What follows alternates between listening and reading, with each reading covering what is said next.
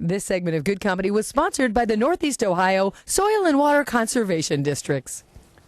Well, this summer in many parts of Northeast Ohio, you either had too much rain or not enough. For the ones who have had too much rain, there's something called water runoff damage. Well, what is it and what can it actually do to your home and the environment? Joining us this morning is Crystal Diamond, who's a storm water specialist with Erie Soil and Water Conservation District. Thank you so much for coming on the show. Thank you for having us. All right, you and I were talking beforehand, and I'm part of Northeast Ohio that didn't get enough. So when I see all this, when I see all this rain come down, I just want it to water my lawn. So I'm not even thinking about the damage it can cause. Yes, it can cause a lot of damage. Ohio is a big tourist area, and we pull in lots of money for our economy in the state. So we want to make sure that Lake Erie is clean and healthy, especially for our drinking water. So we use these two models. They're our education models to demonstrate what kind of effects pollution can have versus maybe some things that people can do at home to kind of reduce that runoff amount. And I'm really glad you brought the models because, I mean, you could just see it right in front of your face what kind of damage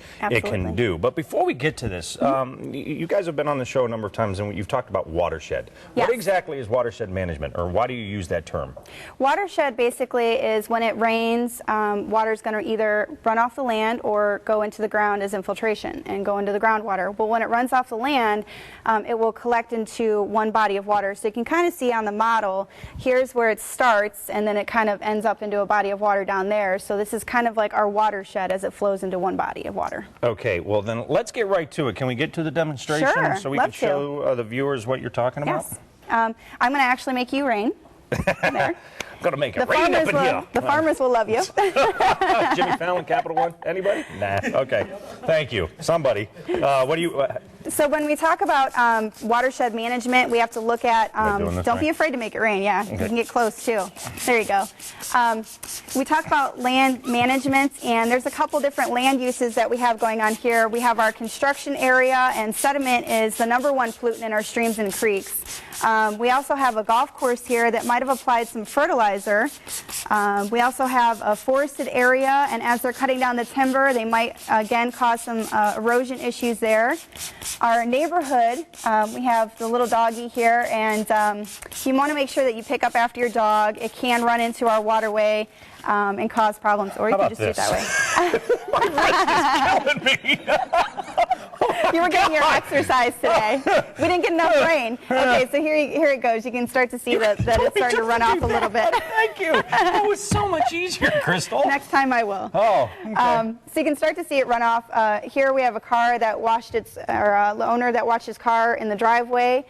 We have some cows out here on pasture that can get into the stream and cause issues. So all kinds of problems. We have litter. Well, let's talk about, because we're running out of time, and I want to make sure, real quick, how to stop storm water runoff. I'm just going to go through a quick graphic. And install a rain barrel, plant a rain garden, install a filter strip, direct downspouts to soak into soil, and use flowers to filter water. And that's what this model is going to be. Yes, the idea is to hold it back and let the water soak in as nature intended. So on this model, we're going to show you different BMPs, or called best management practices, that people can do. For example, we have filter strips along here and along our farm ground. A lot of farmers are doing filter strips and no-till to help reduce that erosion.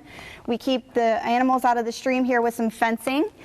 Here we have a construction site, and if you've ever noticed the black fabric wrapped around a site, that's called silt fence. And it allows the water to go through, but it keeps the sediment back. So that's why they install that. We also have filter strips along our forested areas, and there's also alternative things, cool things that they're doing now, such as green roofs or pervious pavement, such as this area here, where it allows the, yep, you can make it rain again. There's a lot of wonderful information. Unfortunately, we were running out of time. And you know what? Just go to their website. I don't know why I'm having so much fun doing. Did I completely ruin this model? No, kids do the same thing. Yay! Just go to the website, ohiodnr.com/soil and water. Crystal, thank you so much. Wonderful information. Thank you for letting me make it rain.